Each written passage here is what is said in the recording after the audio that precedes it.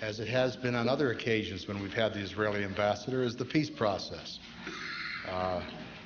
Our guest tonight has been associated with that process in many ways for a long period of time, and he brings to it enormous experience as well as his deep commitment to his country's future. Ambassador Ben-Elissar was educated in at the University of Paris, where he received his degree in history and international relations. His PhD is from the University of Geneva in international relations and political science. He has been an active member of his party. He was elected to the Central Committee of the Herut and Likud in 1970. He served as the party's spokesman, director of information, and as chairman of the World Likud Movement. He served as a delegate to the World Zionist Congress, and fairly recently, 1989 to 1992, was a member of the Board of Governors of the Jewish Agency and chaired the Likud Political Committee. He served in Parliament. He was elected to the Knesset in 1981 and served there through 1996 when he became ambassador to the United States. He was a member of the Foreign Affairs and Defense Committees and for many years the chairman of that committee. His diplomatic experience is significant. In 1977, Prime Minister Begin appointed him to the post of Director General in the Prime Minister's office, and in the same year, he headed Israel's first delegation to Egypt in what was to become known as the Elihau talks. And he then became, in 1980, Israel's first ambassador to Egypt. By the way, he has written a book recently, No More War, in English, about that experience.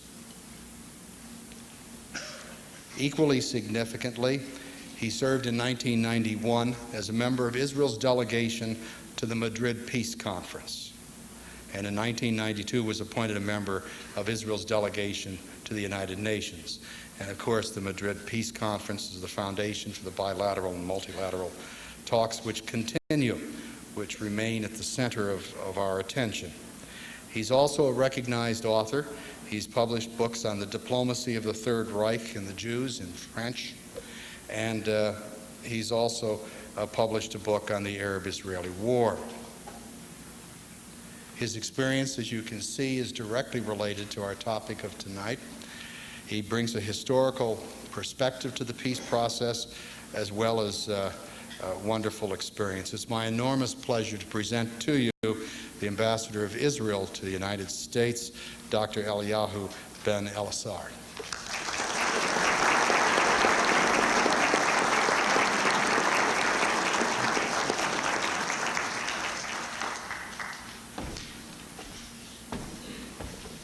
Thank you so much, Mr. Bird. Thank you, ladies and gentlemen, dear friends.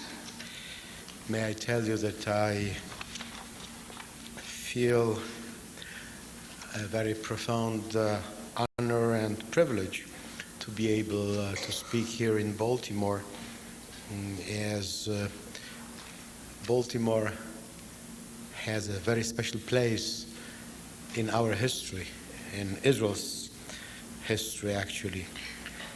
50 years ago, few ships left the harbor of Baltimore in order to go to Europe and embark there refugees who were saved from Nazi Germany after World War II, and try and disembark them in then British Palestine. In 1947, 50 years ago, one of those ships, named President Warfield, became a world-famous ship called Exodus.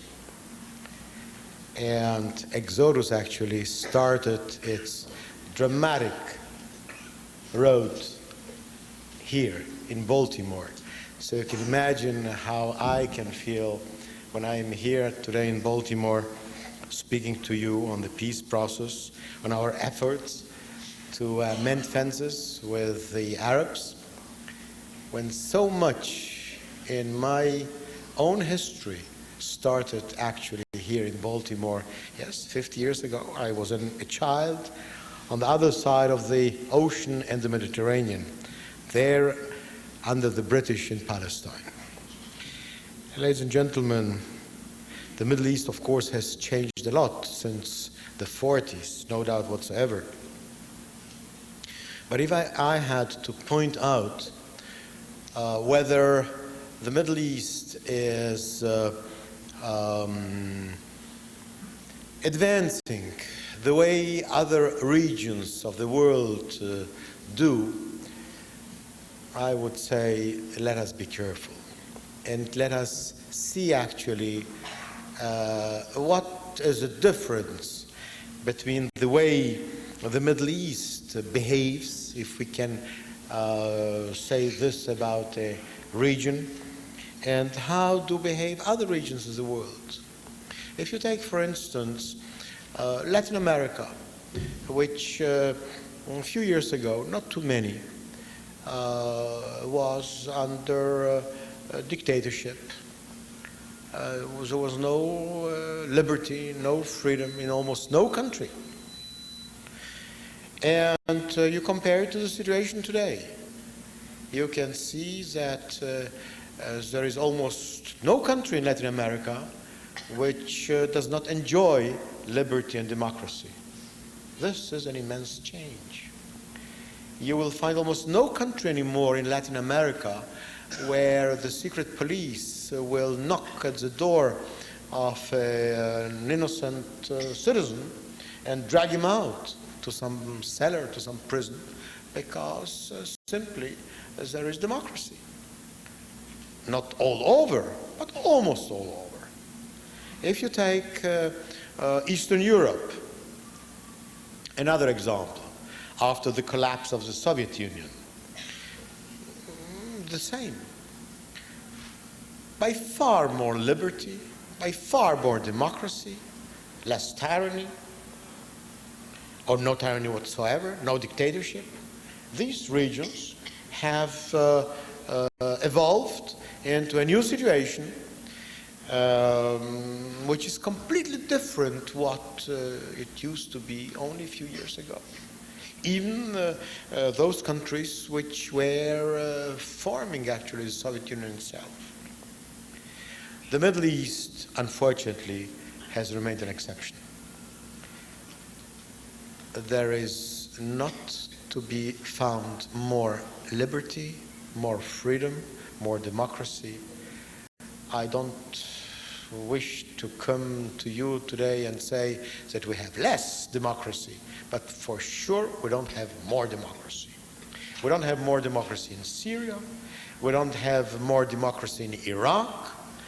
And in spite of some maybe beginning of better signs, we don't have that much more democracy in Tehran, in Iran.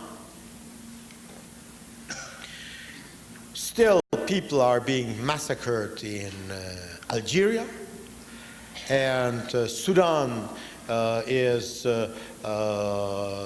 today under dictatorship, actually endangering the lives that is going on in Egypt at the orders of Iran and the fundamentalists. The Middle East is simply dragging in a situation which is less habitual today in the universe. Now, why do I start by stating all this? Because for us, Israel, and Israel has always been since its rebirth back in 1948. We're going to celebrate next year the 50th anniversary of our independence. We have been a democratic nation. We have enjoyed a free regime where the supremacy of the law is absolute.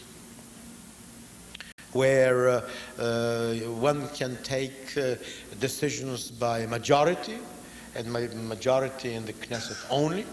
There's no other way to rule the country, for better or for worse. And this is unusual in the Middle East. We are the only ones.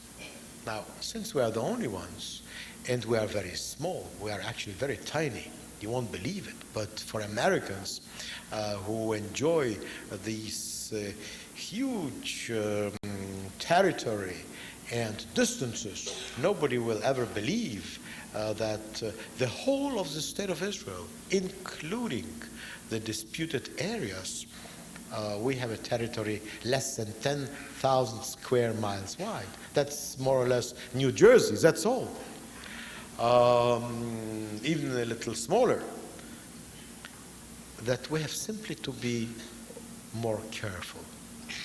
Prudence is one of the imperatives of our policy, is one of the commandments, actually, of our whole national strategy, whether in foreign affairs or in military and security matters. And just to give you one single example, when this great country, the United States of America, during the Cold War, was in alertness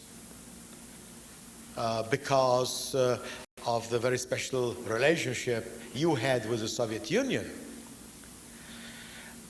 your military preparedness had to take into account, let's say, 12 minutes, 13 minutes, 14 minutes, maybe 18 minutes of pre-warning if, God forbid, the Soviets wanted to attack you. The whole system of the defense of the territory of this great country, the ICBMs and this whole, the whole and the strategic command had at its disposal between 12 and 18 minutes, sometimes even more, of pre-warning. In our case, in the Middle East, till this very day, if we have 2 minutes, we are very happy. If we have got 3 minutes, then we have plenty of time, because generally we have had only 30 seconds, sometimes even 0 seconds. When we were in war with Jordan, today, thanks God, we are not anymore in war with Jordan. On the contrary, we are in a situation of peace and close cooperation with Jordan. But when Jordan was in war with us, a jet fighter could take off from a Jordanian Air Force base and fire at Israeli objectives without actually crossing the border. Simply by overflying their own territory, they could already target our objectives, which meant that we had 0 seconds of pre-warning. This is what dictates a military strategy of a nation, and ultimately a political strategy as well. So prudence is actually the main approach which dictates our whole behavior. When in some quarters we are being sometimes accused that we are being too stubborn, that we are not willing to compromise quickly enough, and that we should think about concessions to the Arab side in order to be able to reach peace. We invite always friends and observers, and sometimes even allies, to remember the difference between the American continent or the European continent and the Middle East. And the difference is overwhelming. No nation in the world would agree to jeopardize their security for any price, because if a nation does not enjoy security, then it can't enjoy peace, then it can't enjoy actually life. There can be no peace without security. And this is obviously the second imperative and the second commandment which dictates our whole policy and our strategy. Peace, yes. This is the main goal. It has been the main goal of the State of Israel, of all Israeli governments, whatever party, whether Labor or Likud, again, since our independence, since 1948, when our first Prime Minister, David Ben-Gurion, proclaimed the rebirth of the new Jewish state, of the third Jewish dominion of the State of Israel. He immediately accompanied this proclamation with an appeal to the Arab nations to come and live with us in good neighborly relations, in peace. We had no pretension whatsoever not to become the leaders of the Arab world. We don't want it, and we can't even do it. Not to get anything that is not in our possession, actually. And today, if you took the State of Israel, you would find nobody, except marginal minorities, which you can find in every free country, that would wish to have more than what we have.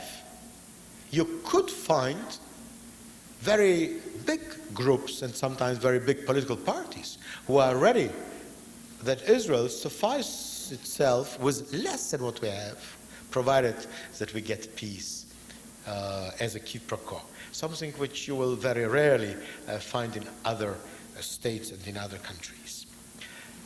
So there is not only the demand for prudence, we ought to be careful and remember always in what neighborhood, in what region we live, because this is where God put us. We can't change the region, we can't change the nature of the region. Our neighbors are not Dutch or Swedes or Canadians. We would wish those ones to be our neighbors. Our neighbors are a little different. And always remember that there can be no peace without security. This is the case of all nations, and this is certainly our case as well. And in these parameters, we are today pursuing our quest for peace. A negotiating process has been going on between us and the Palestinians for the last couple of years. Actually, it has never been stalled. I know that very often you can see in the press articles or editorials complaining that or criticizing that well, the process is stalled. Why is it so? Why can't it advance quicker? It's never been stalled. Correct. It's maybe not rapid enough, but here there is again something which is very particular to the Middle East. By the way, we are sometimes misjudging Europe. Our generation maybe is fortunate enough to be able to witness a peaceful Western Europe. What is nicer than to see Britons and French together with Germans and others live together in one single community and develop in creating a united Europe? It's a dream become true. And we tend to forget that it took the Europeans 1,000 years, 2 world wars, and so many other wars amongst themselves, even between the French and the British, not only between the French, the British and the Germans. in order to be able to reach this wonderful situation that prevails today, a situation of peace. It will take the Middle East much less than 1,000 years, but things do not happen generally as quickly as people of goodwill would like them to happen. There are no shortcuts in history. There are certainly no shortcuts in the Middle East, where the war resembles more to the wars of religion than to wars as we are accustomed to from our textbooks. I remember when I first arrived in, as you have mentioned, when I first arrived in Egypt, very proud to be the very first Israeli to arrive on a political mission to a country which is the most powerful Arab country and the leader of the Arab world, and for the first time in my life to see the pyramids in Cairo, in Giza. And then at the very first meeting with our Egyptian colleagues, well, maybe a little bit pretentiously, I declared we are a people 3,500 years old. And then a member of the Egyptian delegation reminded me of the truth. He said, Mr. Ben-Elissar, with all due respect, we are a people 6,000 years old, says the Egyptian. And he was right, absolutely right. After all, we started much, much later, and we came from there, from Egypt. So I owed him this. I said, yes, chapeau, my hat. Old civilizations. And with old civilizations, there are no shortcuts. Things have to ripen, have to become at the point where they can be consummated. Otherwise, they are not. So sometimes we call actually to bear with those negotiators that cannot advance quicker than things, and then the realities push them to do it. Today, ladies and gentlemen, a new or a renewed effort is being exerted by the Palestinians, by the Israelis, and by the United States. And may I say one word about the role of the United States? Experience between us Israelis and the Arab side, shows that we are able to start contacts between us, but we are absolutely unable to reach accords or agreements, let alone peace treaties, without the presence of the United States of America. We have established ties between Israel and Jordan years ago, actually without the Americans even knowing it. We could not have achieved a peace treaty with Jordan without the intervention of America. I remember very well when we started the first time our very first meetings with the Egyptians.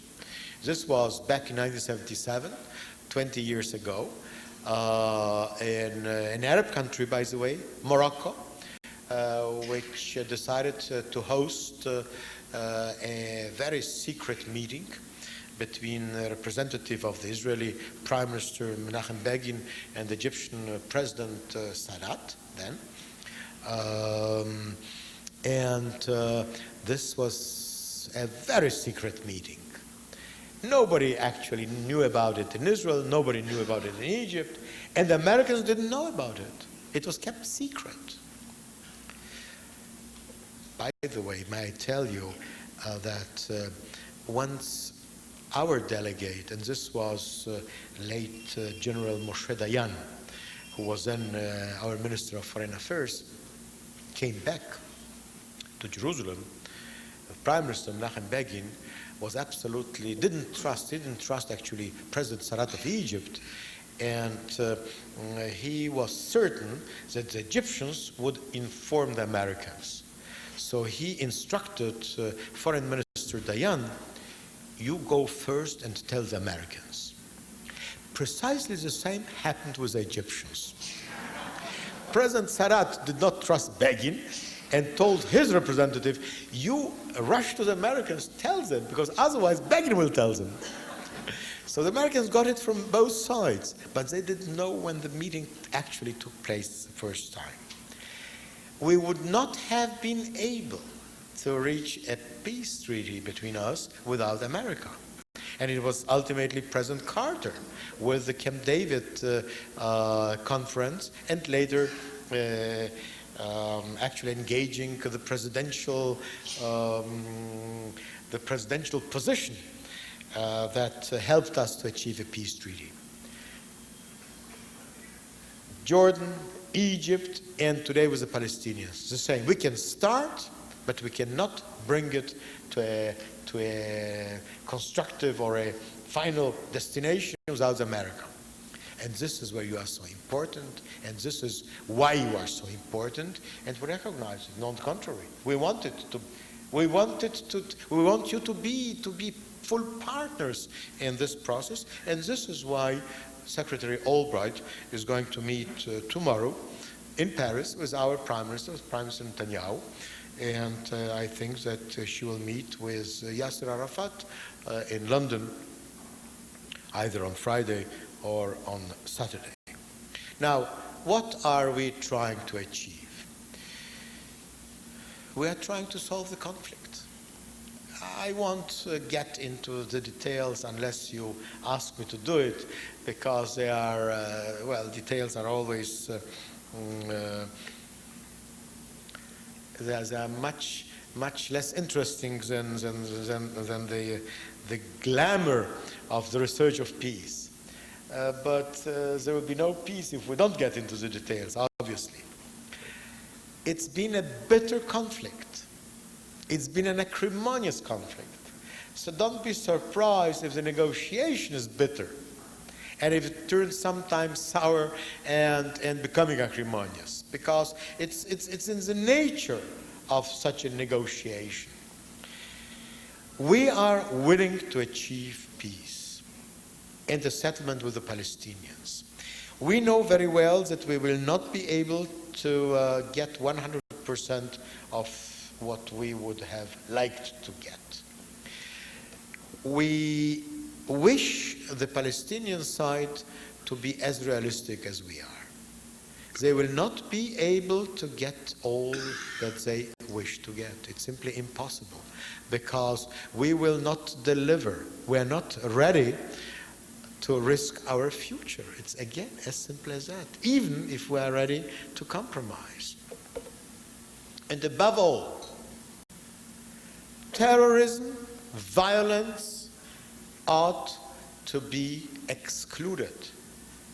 To use the terminology of Mrs. Albright, this has to be out of the equation. And again, we have got a good example.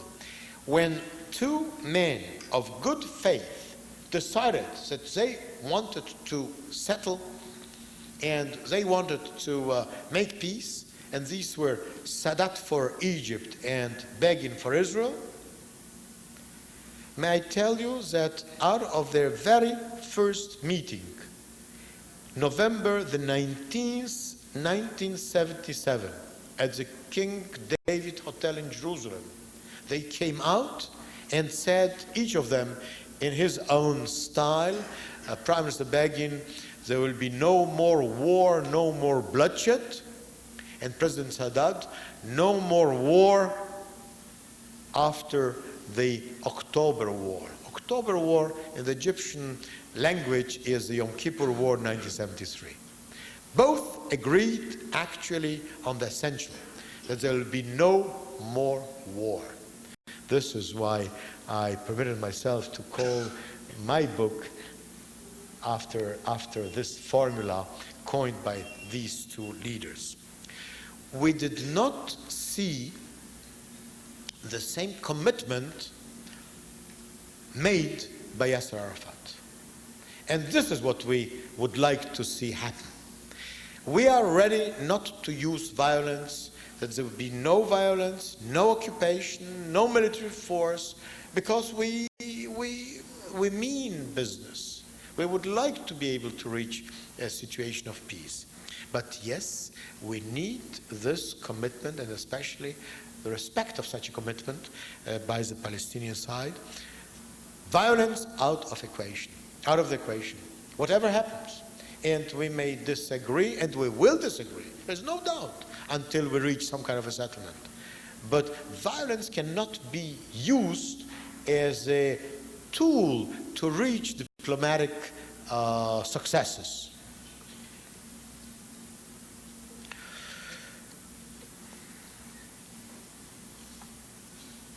And the issues of the agenda, ladies and gentlemen, are really very difficult, because for the first time the two sides will have to take decisions on their own future.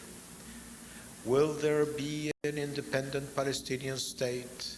Will there be some other kind of a personality given to the Palestinian entity? What will be the boundaries tomorrow? What about Jerusalem? What about the Palestinian refugees? I mean, these are problems which have chased us for 50 years, if not more.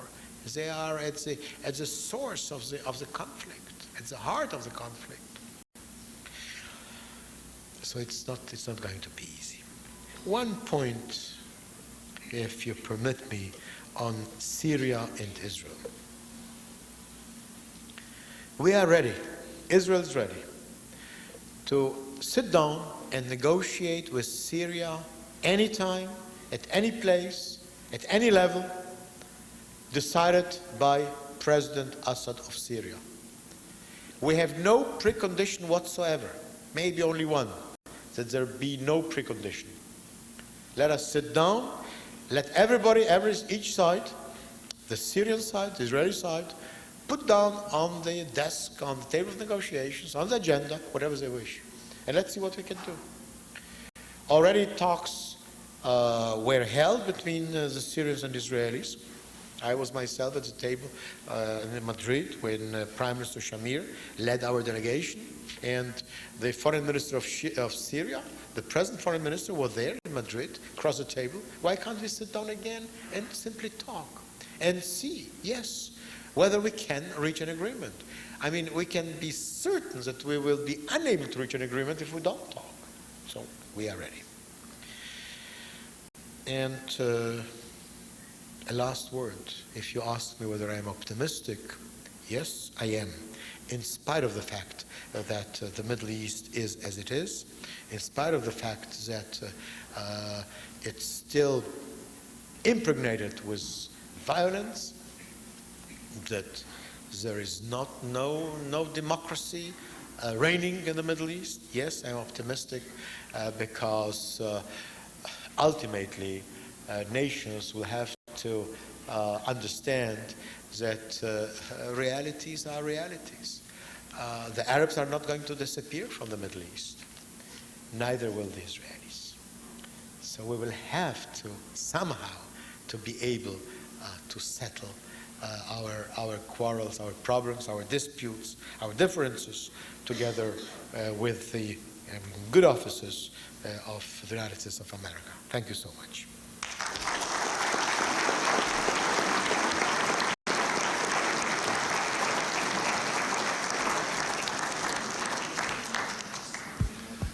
Mr. Ambassador, we thank you for that very clear presentation of the fundamentals. The ambassador has agreed to answer questions until 10 minutes after 7.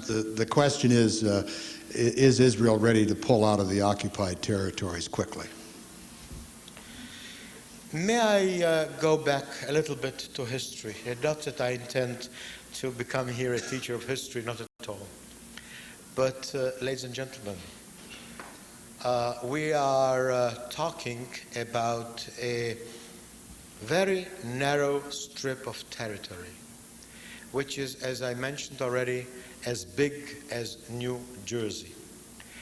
To cross the territory from the Jordan River to the Mediterranean, which means actually cross the territory you, sir, have just now called the occupied territory, will take a law-abiding citizen 1 hour, and only 1 hour, not more, while respecting the speed limit.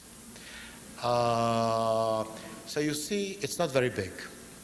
And what you call occupied territory has throughout 3,000 years of history been Jewish, belonged to the Jewish people.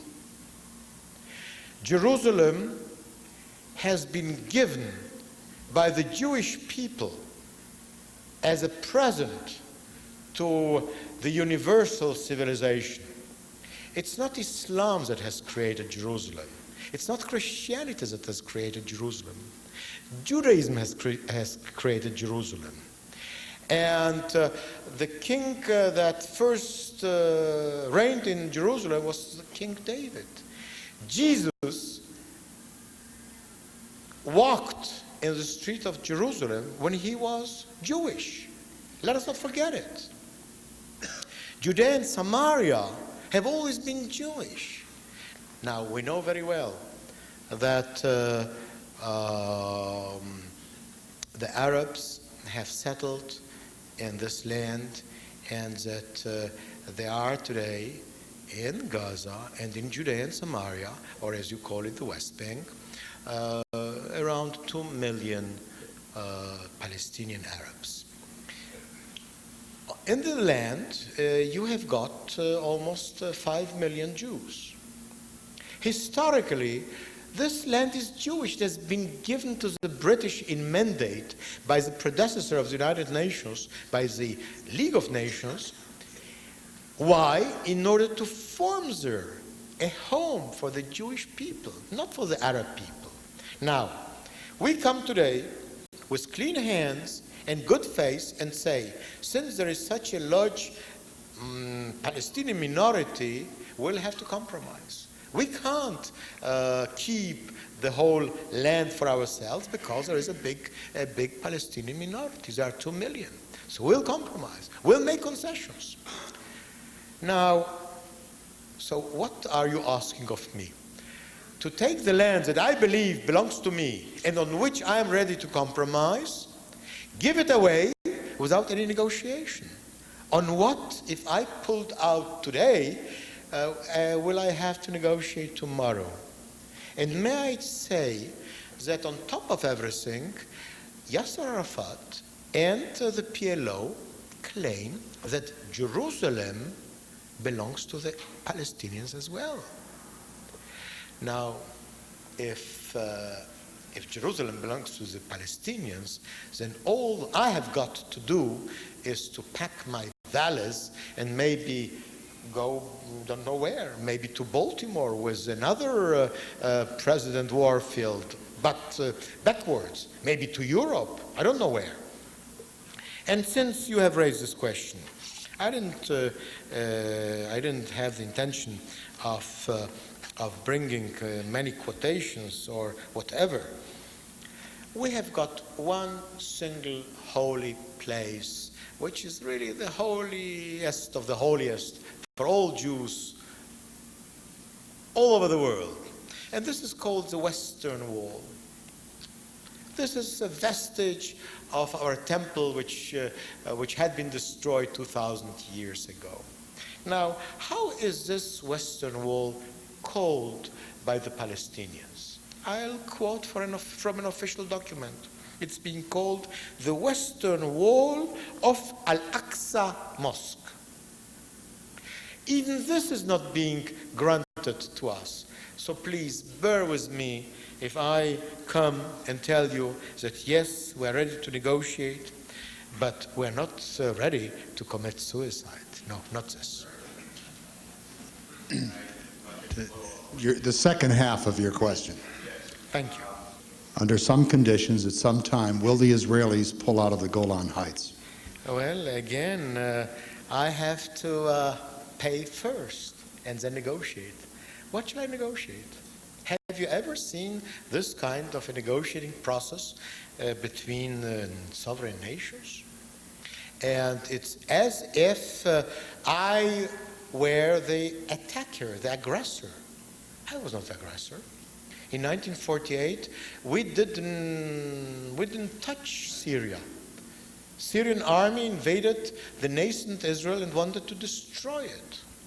They were and they destroyed, by the way, several kibbutzim. And they brought in the Iraqi army in order to help them destroy us. In 1967, I didn't want to destroy Syria. They wanted to destroy us. I didn't want to divert their waters. They wanted to divert our waters. We were not shooting on Syrian children. They were shooting on our children because they were on the Golan. So they lost the Golan. And you want me just to pull out from the Golan, just to withdraw and give it back to the same army that aggressed us, that attacked us, that kept our children under their fire, not even without negotiating, maybe as a precondition. No, it doesn't work that way between sovereign nations. You sit down, you negotiate, and then you see what from both sides is being done. Without giving away your secret plans,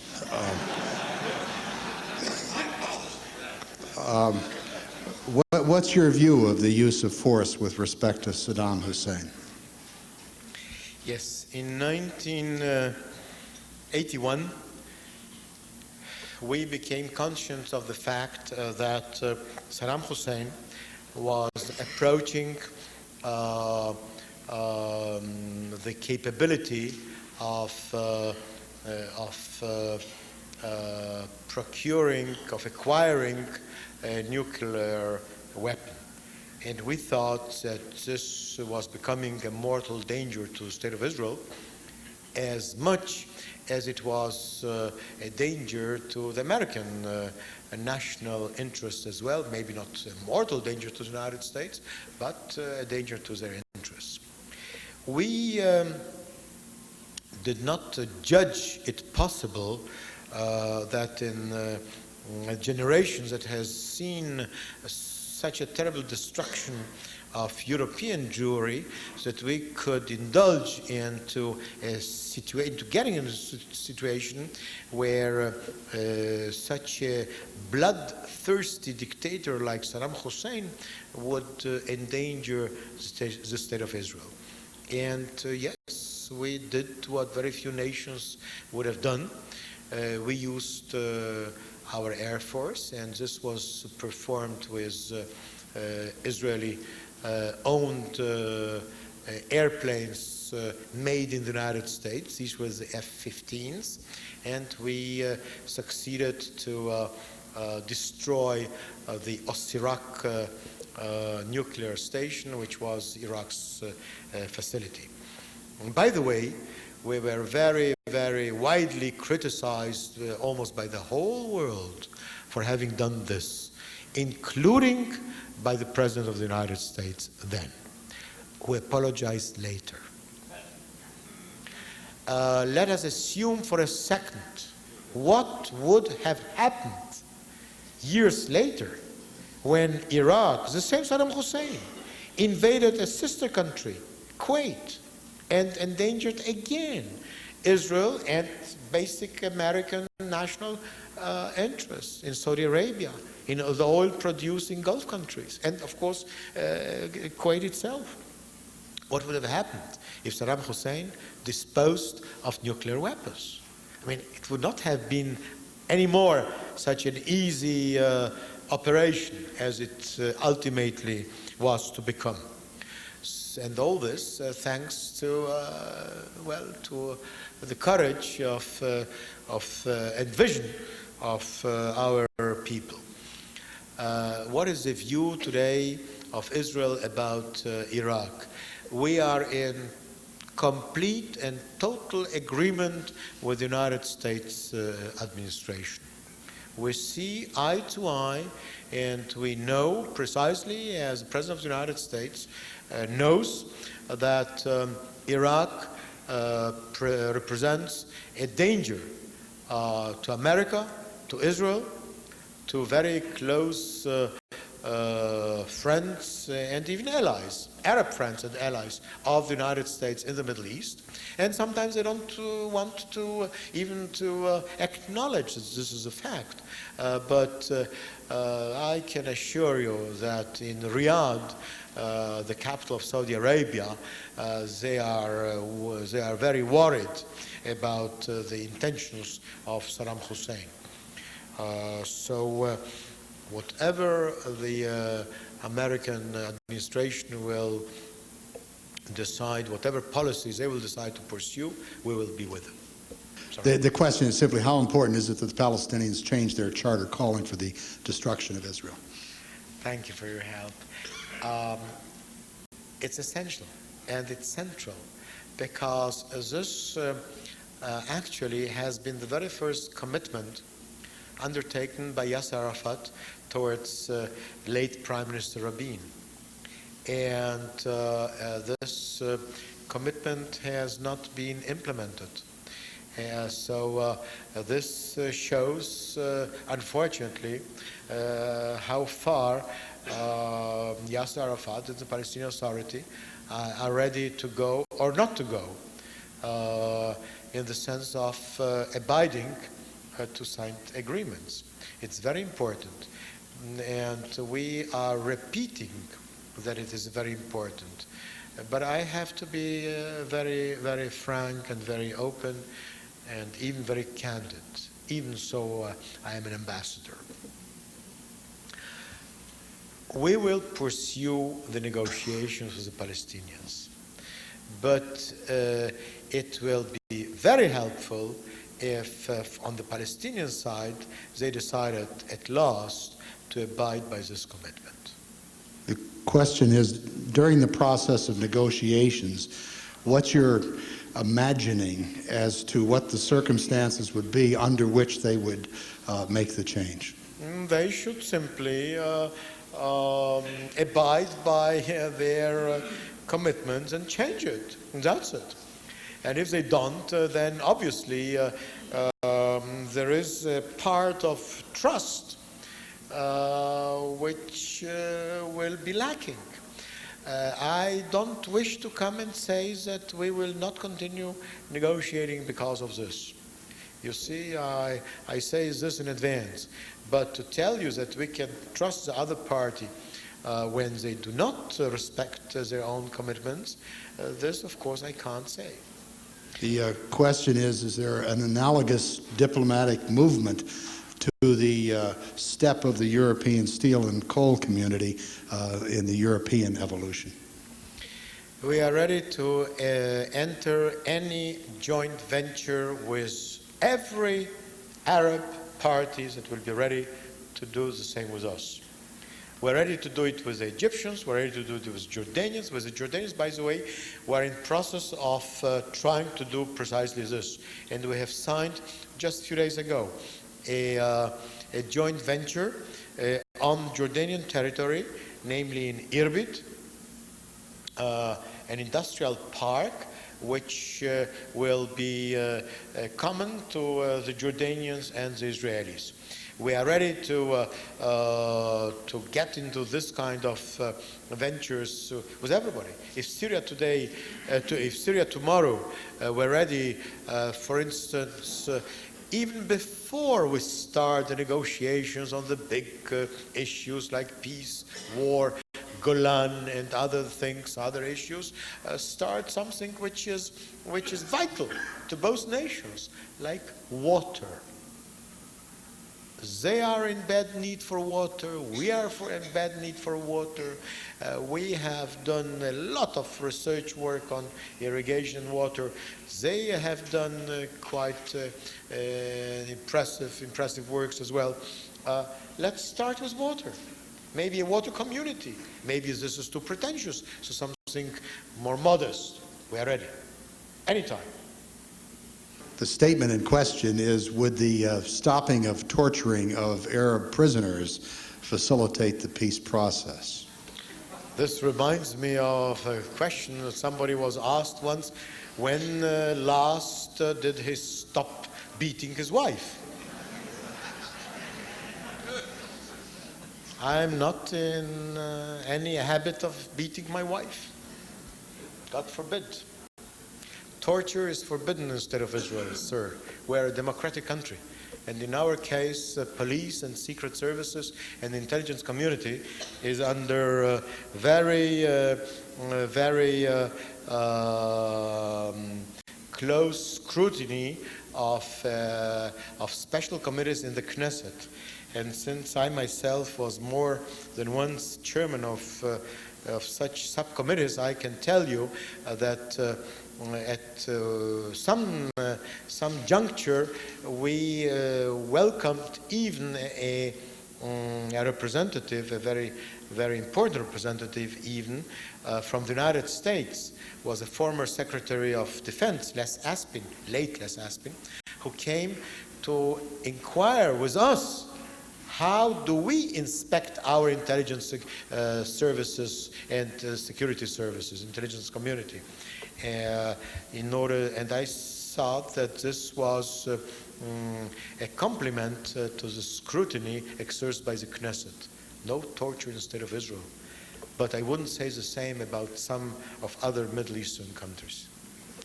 Does Mr. Netanyahu now trust Mr. Arafat?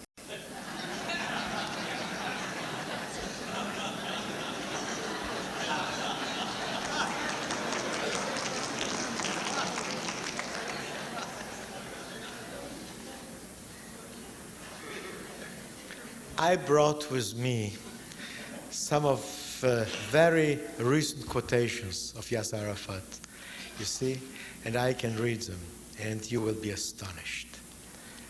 For instance, on the negation of the Holocaust, on how does he consider the Jews, and so many others. But I won't do it. So you can ask me the same question. We are coming, yes, we are coming from very far away. It's not a matter of trust. It's not a matter of trust. I don't know whether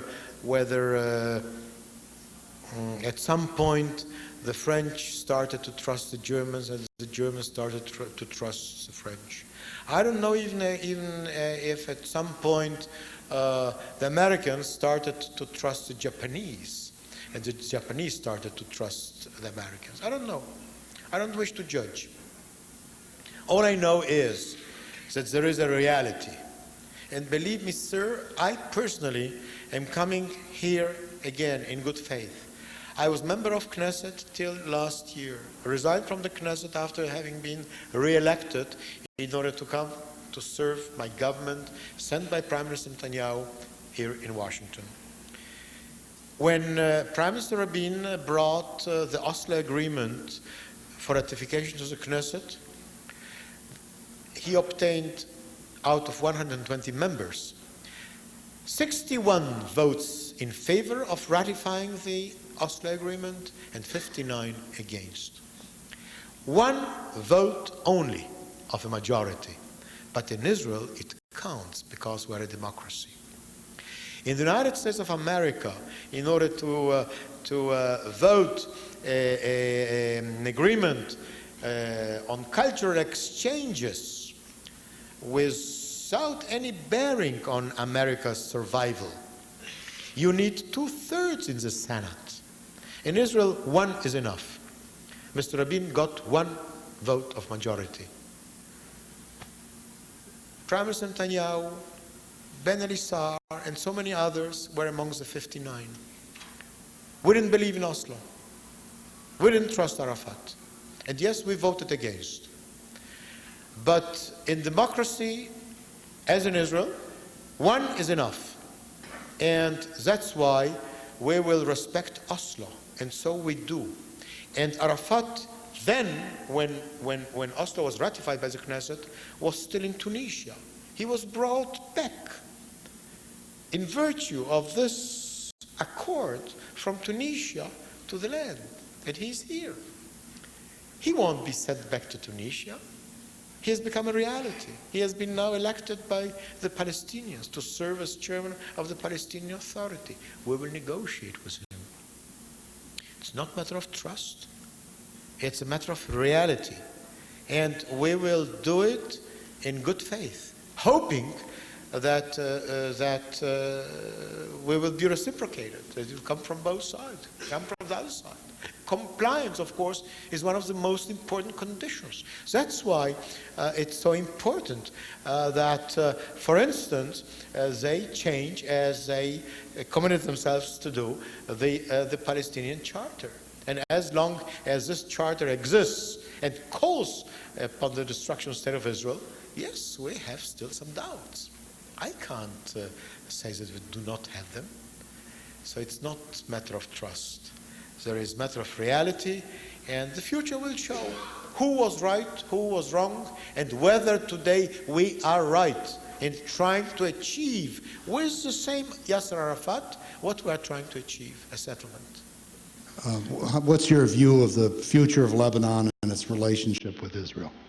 Our position is absolutely clear.